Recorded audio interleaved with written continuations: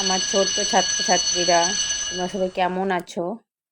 আশা করি তোমরা সবাই ভালো আছো। আজ আমি তোমাদের আমার বইয়ের দ্বিতীয় পর্বের 201 নম্বর পৃষ্ঠা থেকে আলোচনা শুরু করব। তাই তোমরা তোমাদের নিজেদের বইয়ের 201 নম্বর পৃষ্ঠা খোলো, দেখো তাতে কি পাঠ দেওয়া আছে। ঠিক আছে?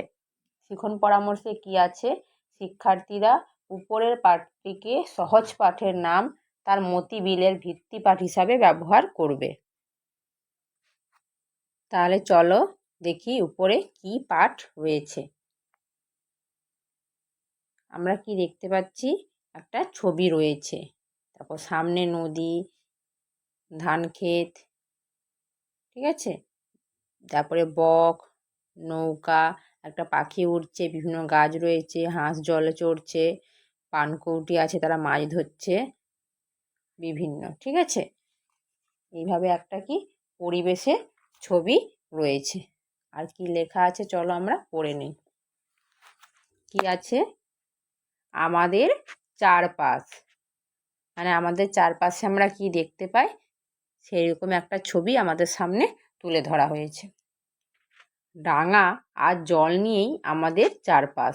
আমরা বাস করি ডাঙায়, তবে জল ছাড়া আমাদের চলে না। জলে থাকে নানা রকম মাছ, পানকৌড়ি, এরা জলচর। জলে নানা রকম পানাও থাকে। ঠিক আছে, চলো তারপরে পরের পেজে দেখি কি আছে। পরের পেজ 202 নম্বর পেজ। সেই পেজে শিখন পরামর্শে কি বলেছে?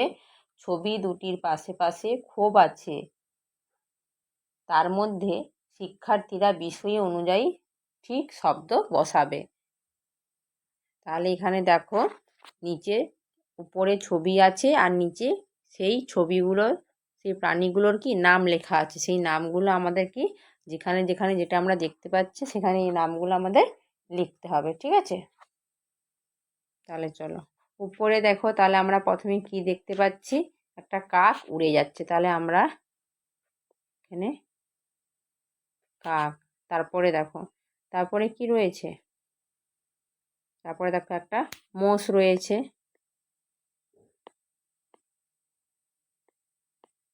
তারপরে কি আছে? ধান ক্ষেত আছে,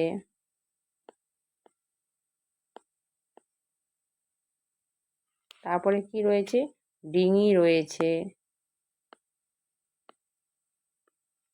ঠিক আছে। তারপরে দেখো বক, তারা জলাশয়ের চারিদিকে ঘুরছে মাছ ধরার জন্য, ঠিক আছে। তারপরে মাছরাঙা রয়েছে,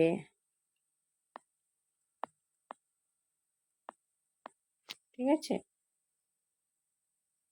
তারপরে দেখো জলের মধ্যে বিভিন্ন পানা, শ্যাওলা, এগুলো কি হচ্ছে? এগুলো রয়েছে। তারপরে কি রয়েছে? দেখো মাছ রয়েছে,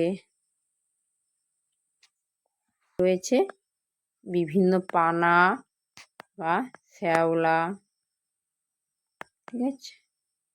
তোমরা এইভাবে এগুলো কি করবে? একটা একটা করে লিখে নেবে, ঠিক আছে। এখানে আরও অনেক কিছু রয়েছে, যতগুলো তোমরা পারবে ততগুলো এখানে এগুলো লিখে নেবে, ঠিক আছে। আচ্ছা, এখনও হাঁস রয়েছে, আমরা হাঁস লিখলাম নি না। বিভিন্ন ঘাস রয়েছে, গাছপালা রয়েছে, তোমরা লিখে নেবে। চলো তারপরে পরের পেজে যাই। পরের পেজ 203 নম্বর পেজ। 203 নম্বর পেজে শিখন পরামর্শে কি বলেছে? শিক্ষার্থীরা ছবিতে রং করবে। তাহলে কি বলেছে? এসো রং করি। তাহলে এটা কিসের ছবি? আপেলের ছবি। তোমরা এর আগেও অনেকবার রং করেছো।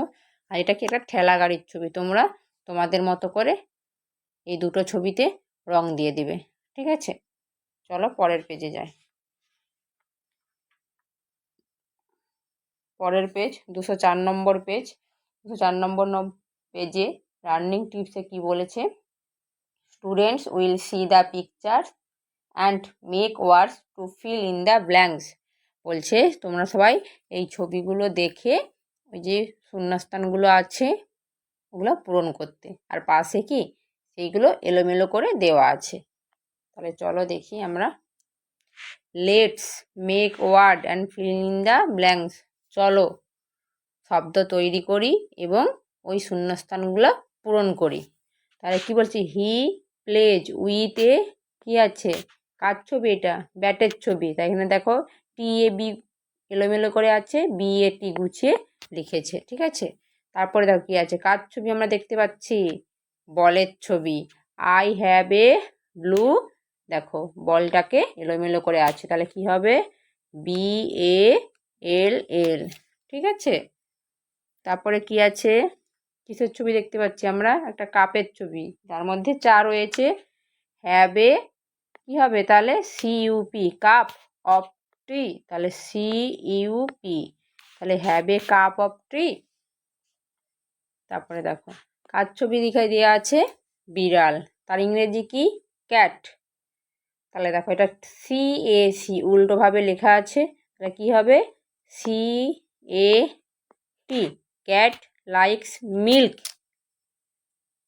তারপরে দেখো একটা ছেলে, দা, কি হবে, বয়, দা বয় রানস ফাস্ট। তারপরে একটা মুরগির ছবি দেওয়া আছে, তাহলে কি হবে, হেন, দা হেন লেজ অ্যান্ড এগ, ঠিক আছে। চলো পরের পেজে যাই।